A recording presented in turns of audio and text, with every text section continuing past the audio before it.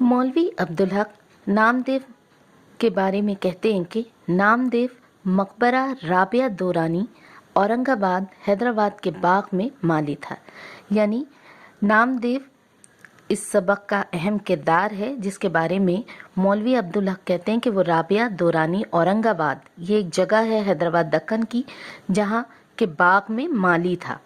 मकबरे का बाग मेरी निगरानी में था। यानी मौलवी अब्दुल हक कहते हैं कि इसकी निगरानी का काम मौलवी अब्दुल हक के जिम्मे था। मेरे रहने का मकान भी बाग के अहाते में ही था, यानी इनकी रिहाइश का इंतज़ाम भी उसी बाग में था।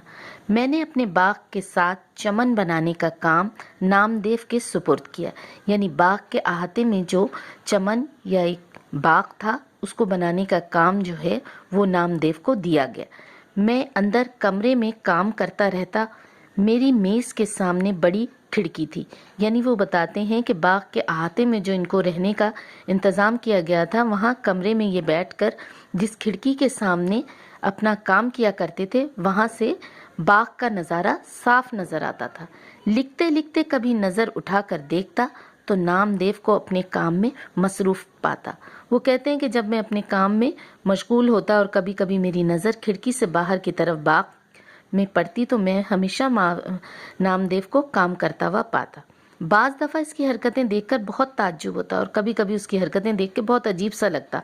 मसलन क्या देखता हूँ कि नामदेव एक पौधे के सामने बैठा पानी डालकर डोल दुरुस्त की और हर रुख से पौधे को मुड़ मुड़ कर देखता। यानी वो जो है पौधों को पानी डालता और उसे हर तरफ से मुड़ मुड़ कर देखता। फिर उल्टे पाँव पीछे हटकर इसे देखने लगा, देखता जाता और मुस्कुराता और खुश होता। वो अपने पौधों को हर तरह से देखता मुड़ मुड़ कर और फिर उन्हें देखकर खुशी होती।